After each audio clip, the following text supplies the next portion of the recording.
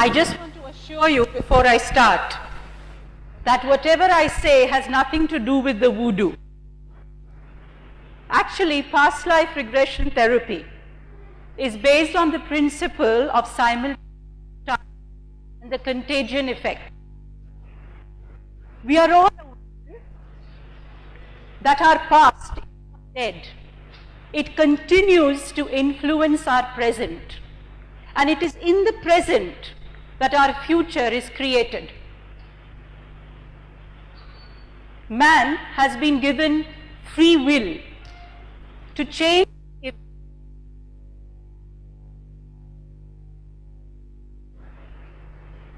And so, it is appealing to us because we can put ourselves in the driver's seat. I ask you from believing that you have lived before. I ask you to think, have you ever met anyone in your life and there was a sense of familiarity with that person? Have you ever been to a place and felt that you had been there before? I ask you to think, if you have a recurrent dream, and have you in the night got up with cold sweat, have you thought about what was the reason for that dream? I ask you, have you ever thought how a 4-year-old child can know Vedic maths? I ask you to think carefully. You know, I saw a man recently who had holes in both his ears. He was born with them. Not only him, but his son also has holes in his ears. Not only his son, his brother-in-law also has holes in his ears. Not only that, his 2 friends also have holes in their ears. Is this a soul group that has been born again, or is it some holy mess? The key to understand is, how did a boy who was suffering from sleepwalking, after seeing himself being killed by crocodiles, got rid of sleepwalking? We need to think carefully. What stops us from believing that we have lived before? You know, I was a rationalist. I didn't believe in all this. But 3 events in my life helped me to think differently. And I sincerely believe that experience is the best teacher. You can go to a palmist and get some information on your past life. I'm sure many of you do that just before your exams to find out whether you're going to get through or not. But information cannot heal you. But experience can. 20 years ago, a young girl walked into my office. She said she was having repeated sexual thoughts. Her appetite had dropped and her sleep was disturbed. She told me she was about to get married and she was scared that these thoughts would disturb her. I thought hypnosis would be a good idea. Under the hypnotic state, this young girl saw that she was being raped by a soldier in a tent. Not only that, after a few minutes, she tells me that she's picking up a dagger and stabbing this man. She wakes up crying. Her guilt had obviously got better of her just close in time to being married. I didn't make much of it. A few weeks later, she called me up and said that her thoughts had disappeared. I was left with disbelief. But they say that when the purpose of your life is beginning to open, events begin to unfold. Since I was 3 years old, I suffered from motion sickness, claustrophobia, and fear of heights. I thought a past life session could help me get rid of this. I was a skeptic, but I still went for it. It was a group session where we were about 30 of us who were being regressed. I didn't even focus on this problem when the regression was going on. The session finished. A few months later, I was traveling. And nothing happened to me. There was no nausea. And I was wondering, what is happening to me? Why am I not having nausea? Suddenly my mind went back to that session, and I thought, how can a figment of my imagination heal me? I had to revise my belief. But still, the skeptical mind remained. Today I'm rid of that problem completely. It's been 18 years since that session. But they say that when a skeptic is skeptical, more skeptical, then something happens. My father was dying.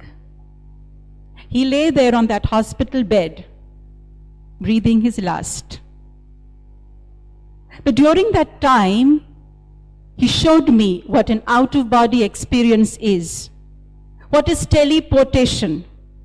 He narrated to me my sister's home, which he had never visited, never seen pictures of.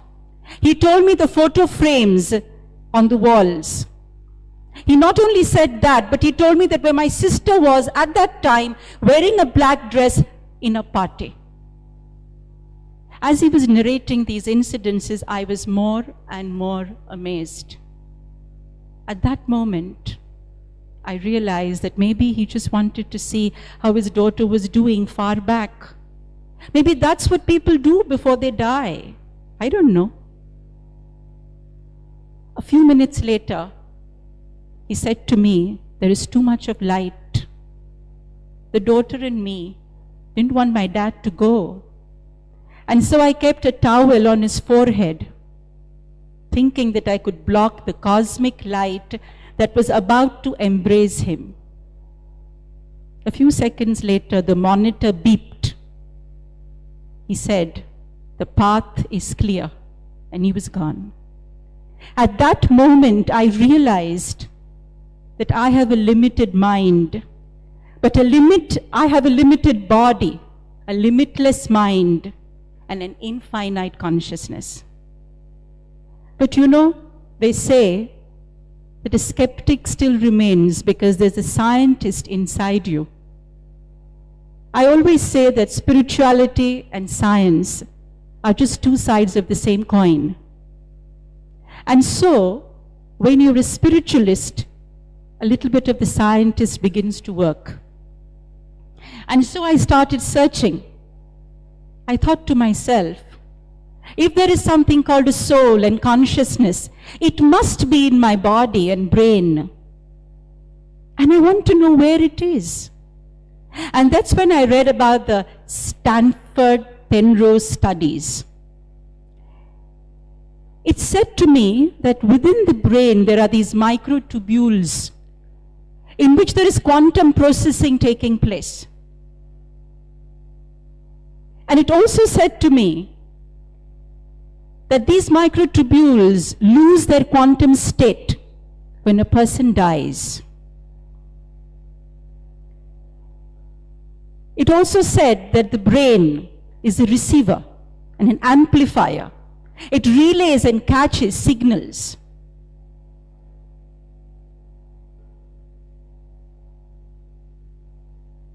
The study told me that when a person dies, or let us say, is about to die, the quantum processing energy begins to move out of the microtubules, out of the physical body, because it cannot be destroyed, and it stays outside the body.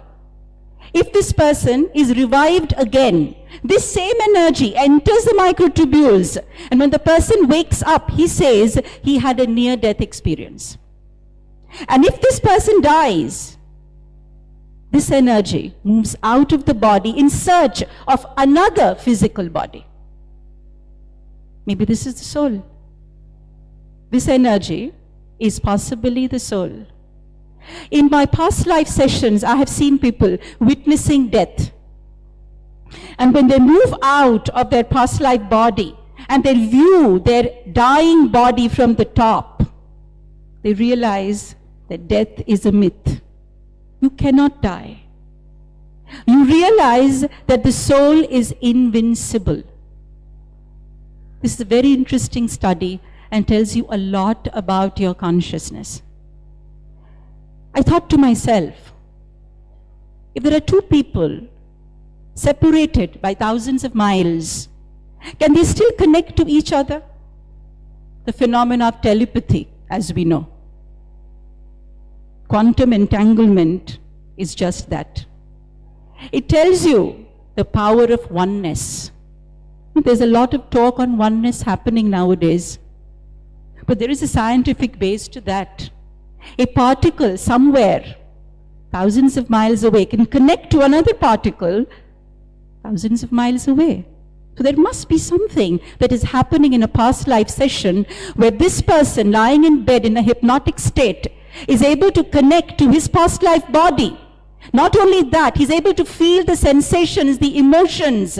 He's able to transmit to me what is happening in that state. Do you know?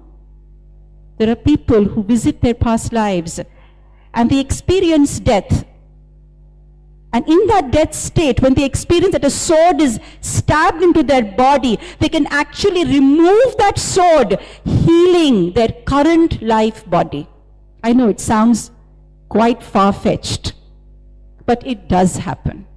The theory of quantum entanglement is really a theory of past life.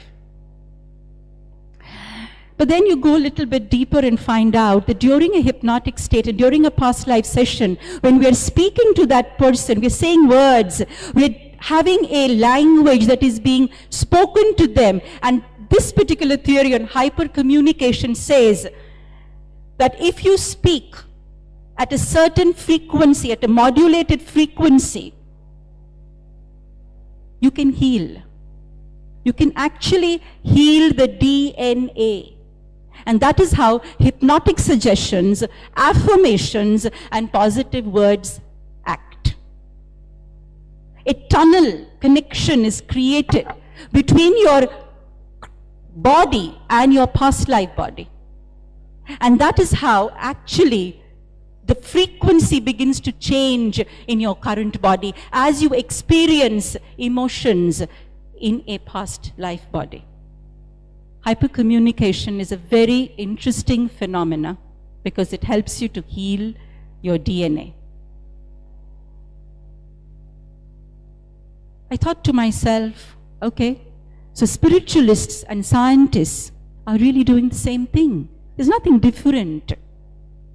Scientists can only find out what is already present. Spiritualists already know about it.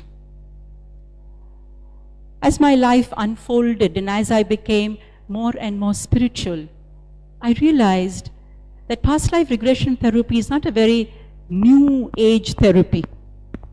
Do you know that our ancient scriptures called the Upanishads and the Yoga Sutras of Patanjali also have documented past life therapy as a way of healing your body? I always say to myself that the opportunity that actually came my way when I did the show, Raz Pichle Janam Ka on Indian TV, came from my past. From a school friend whom I had never met for 20 years, calls me up and says, "Trupti, I know about your work. Can you do this show for us?" And I said, "Who's going to come on this show?" She said, no, don't worry, people will come. And they came. So I know that the past can never be dead. It is always going to catch up with you at a certain juncture of your life. Think what past life therapy can do if each one of us experiences our past. You know, medical doctors will tell me, oh, it's all false memories and hallucinations that you're seeing. But I ask you, how can a hallucination heal a problem? How can a false memory get me rid of migraine or asthma or psoriasis? How can my suicidal thoughts disappear by just a hallucinatory trajectory. It cannot. It just cannot. But think what past life therapy can do if each one of us spiritually evolve.